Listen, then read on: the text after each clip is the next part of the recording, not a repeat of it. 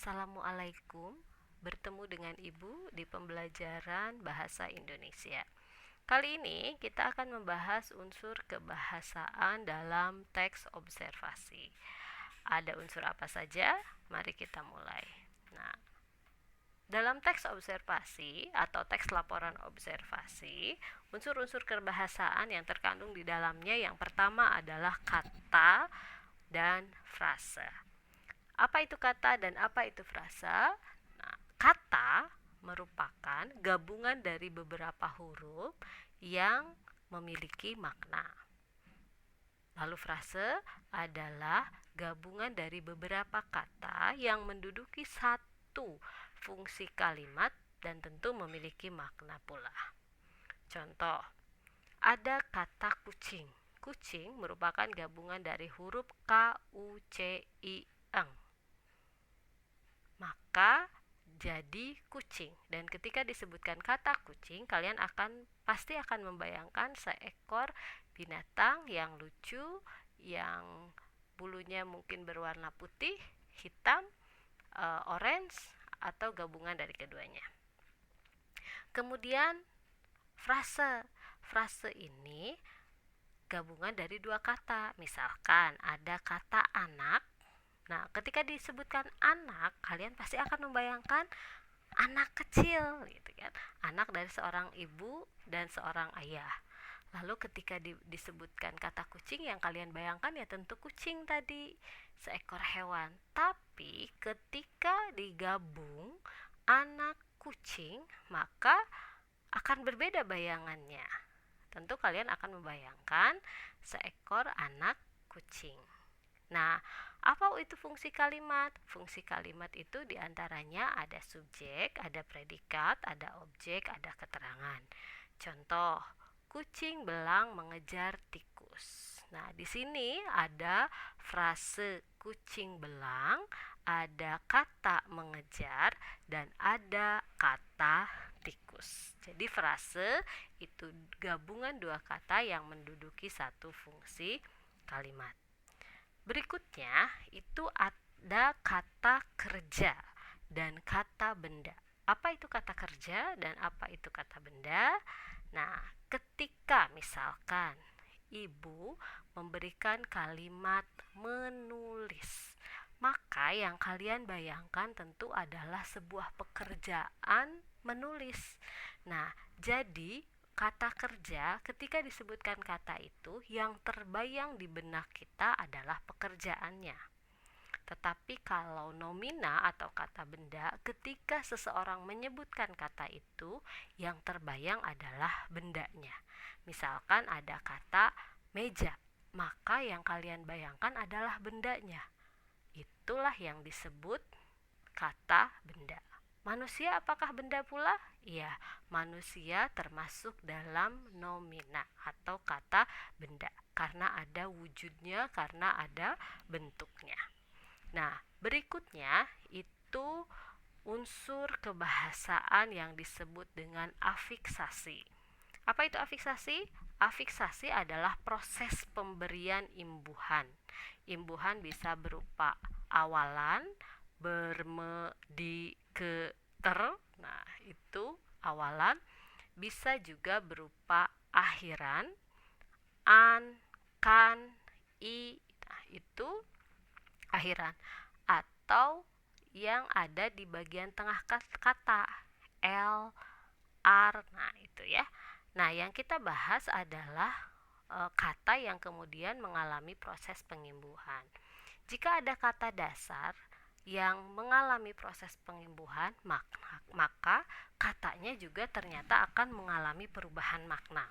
Misal, ada kata dasar tulis ditambahkan imbuhan me, maka akan menjadi menulis, dan itu berbentuk kata kerja.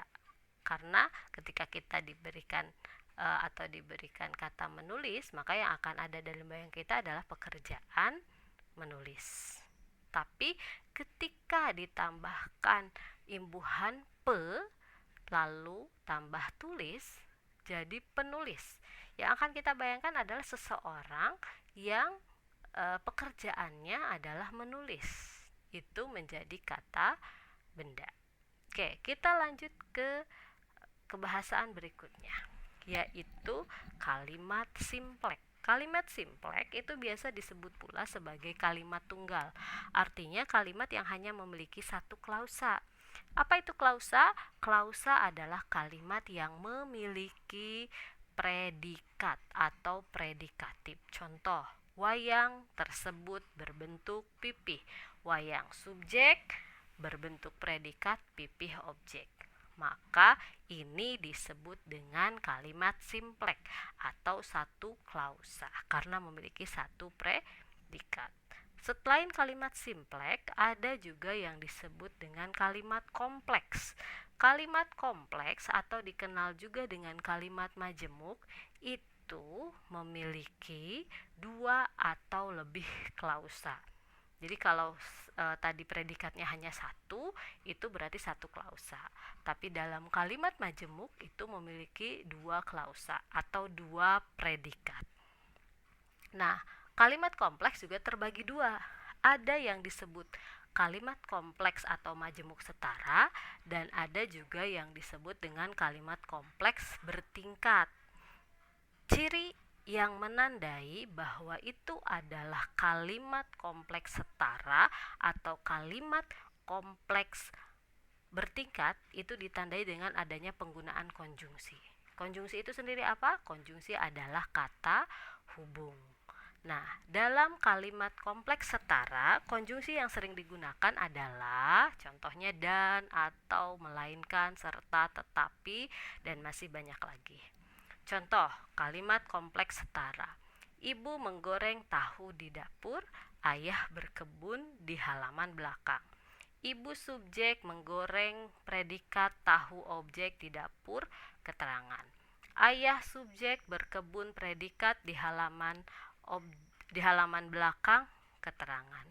Nah, ketika digabung, ibu menggoreng tahu di dapur dan ayah berkebun di halaman belakang, maka ini menjadi kalimat kompleks setara. Kenapa setara? Karena dua-duanya memiliki subjek, memiliki predikat, dan ada keterangan. Jadi kalimatnya ketika terpisah itu bisa berdiri sendiri-sendiri. Kalaupun tidak ada konjungsi, dia bisa jadi satu kalimat utuh.